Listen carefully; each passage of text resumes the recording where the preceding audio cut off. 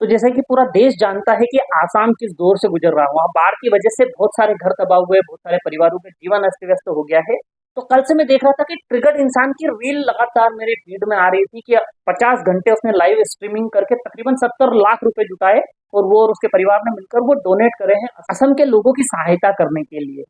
तो मैंने गूगल किया कि यार देश में किन किन बड़े लोग हैं जिनकी तरफ से मदद गई है असम के लिए, तो कई सारे नाम उसमें दिखाई दिए, जहां रिलायंस इंडस्ट्रीज का नाम था, अडानी ग्रुप का नाम था, एक्टर कार्तिक आर्यन का नाम था, और भी कई सारे बड़े यूट्यूबर्स है जिनके नाम थे। अलग सर ऑलरेडी वहां मौजूद है, अनन्या बिरला लगातार जो भी सपोर्ट कर सकती है वो कर रही है।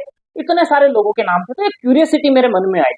मैंने गूगल किया कि यार देश के जो बड़े मंदिर है उनमें से कौन से मंदिर है जिसकी तरफ से असम में मदद पहुंची है। मैंने कुछ बड़े मंदिरों के नाम डाले, कुछ बड़ी मस्जिदों के नाम डाले, कुछ बड़े चर्च के नाम डाले, तो उन सबका मुझे जो जवाब आया वो यही आया कि नहीं, कोई आधिकारिक पुष्टि तो नहीं है कि इन लोगों की तरफ से कोई मदद गई है। ये बड़ी सोचने वाली बात है, क्योंकि हमें हमेशा सवाल करते हैं कि आपकी भगवान में आस्था नहीं इसलिए आप मंदिर का विरोध करते हैं। मंदिर का विरोध कभी नहीं कर सकते और हमने किया भी नहीं। लेकिन आज जब उसी मंदिर में मत्था टेकने वाले भक्त परेशानी में हैं, उसी मंदिर की दान पेटी में चंदा डालकर ये उम्मीद रखने वाले कि भगवान उनकी सहायता करेगा, उस समय मंदिर ट्रस्ट आगे क्यों नहीं आ रहे, वो उनकी क्यों मदद नहीं कर रहे।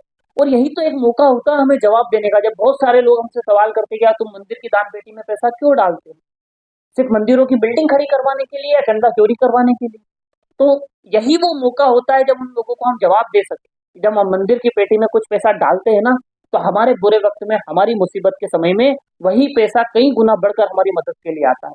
वो जवाब हम नहीं दे पाएंगे अगर आप इसी तरीके की चीजें करते रहे तो।